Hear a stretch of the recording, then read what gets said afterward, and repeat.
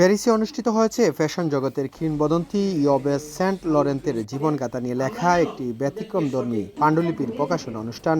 রবিবার প্যারিসের একটি অভিজাত রেস্টুরেন্টে উদীয়মান সোশ্যাল অ্যাক্টিভিটিস ইবনি মুসলিম উদ্দিনের হাতে লেখা পাণ্ডুলিপি দ্য স্কাই ফাইটার ইয়ভেস সেন্ট লরেন্তের আনুষ্ঠানিক প্রকাশনা অনুষ্ঠিত হয়।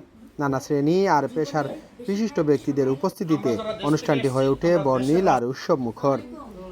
পাণ্ডুলিপিতে বিশ্ববিখ্যাত ফরাসি ফ্যাশন ডিজাইনার এবং লিজিয়ন দ্য অনার বিজয়ী ইয়ভেস সেন্ট লরেন্তের জীবন, সংগ্রাম, সৃজনশীলতা এবং ফ্যাশন জগতে তার অবিস্মরণীয় অবদান তুলে ধরা হয়।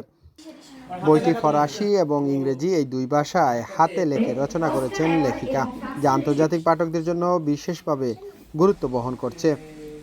অনুষ্ঠানে উপস্থিত ছিলেন রাজনীতিবিদ, সাংবাদিক, সাহিত্যিক, সমাজসেবক এবং ব্যবসায়ী সহ বিভিন্ন অঙ্গনের বিশিষ্ট ব্যক্তিরা।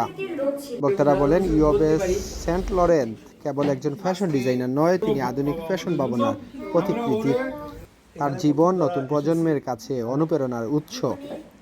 নিজের অনুভূতি প্রকাশ করে ইবনি মুসলিম উদ্দিন বলেন, ইয়ভেস সেন্ট লরেন্তের জীবন ও সৃজনশীল সংগ্রাম তাকে গভীরভাবে অনুপ্রাণিত করেছে। সেই অনুপ্রেরণার প্রতিফলন হিসেবেই পাণ্ডুলিপিটির নাম রাখা হয়েছে দ্য স্কাই ফাইটার। অতিথিদের অংশগ্রহণে আনুষ্ঠানিক আলোচনা এবং নৈশভোজের মধ্য দিয়ে অনুষ্ঠানের সমাপ্তি ঘটে।